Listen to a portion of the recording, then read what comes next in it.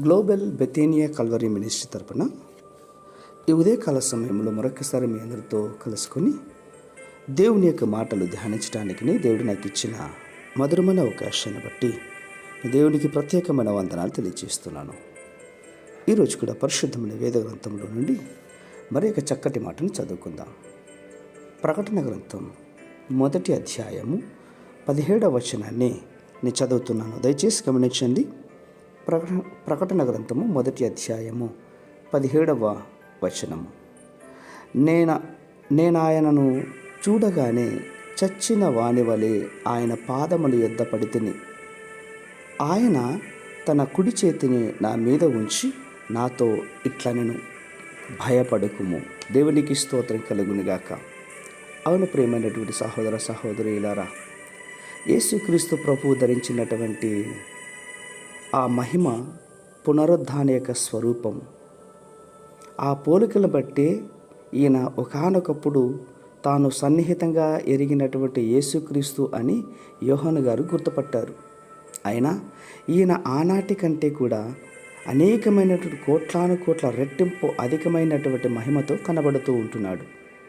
అయినను ఈ ఆధిక్యత మహిమలో చూడగానే యోహాను భయపడి చచ్చిన వాని వలె ఆయన పాదముల యొద్ద పడి ఉన్నట్లుగా ప్రకటిస్తుంటున్నాడు. ఈరోజు సంఘములో ఉన్నటువంటి విశ్వాసులు సిలువ వేయబడినటువంటి వానిగా క్రీస్తును అనేకసార్లు దర్శించారు.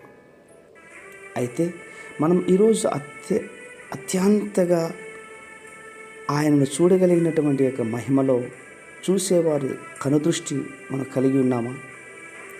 సర్వోన్నతుడైనటువంటి దేవునిగా, అనంత మహిమ స్వరూపుడిగా, యుగ యుగములకు సజీవుడైన జీవాధిపతిగా ఆయన దర్శించవలసినటువంటి అవసరత మనకందరికీ ఉంది కదా. యేసుక్రీస్తు యొక్క ఈ మహిమ దర్శనం మనందరము పొందుకునే వరకును ఇది అనుభవానికి కన్యకైనటువంటి సంఘమునకు ఎంతో ఉంటుంది అన్నటువంటిది గుర్తు చేస్తుంటున్నాను. అవును నా ప్రియమైన సహోదర సహోదరులారా, ఇదిగో ఆయన త్వరలో వస్తున్నాడు అన్నటువంటి మాట గుర్తుపెట్టుకొని యోహాను పరిచయం చేసినట్లుగా ఆయన్ను మనం నిత్యము చూచేవారుగా, వినేవారుగా ఉండాలి. అయితే మొదటి రాకడలో వలె కాకుండా రెండవ యొక్క రాకడ యేసుక్రీస్తులో మహిమ ప్రభావములు ధరించిన వాడుగా ఆయన వస్తున్నాడని ఈ దర్శనం మనకు హెచ్చరిస్తోంది. కాబట్టి ఈ నా మాటలు నా సొంత మాటలు కాకుండా పరలోక సంబంధమైన మాటలే మనల్ని హెచ్చరిస్తున్నాయని నమ్మి మెలకువ కలిగి ప్రార్థనాపూర్వకంగా ఆయన సన్నిధిలో గడపడానికి ఇష్టపడదాం.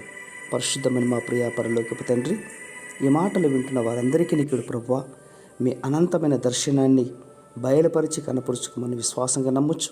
చిన్న ప్రార్థనను మా రక్షకుడిని యేసయ్య నామమున బట్టి అడిగి వేడుకొని పొందుతున్నాం మా తండ్రి. ఆమేన్, ఆమేన్, ఆమేన్.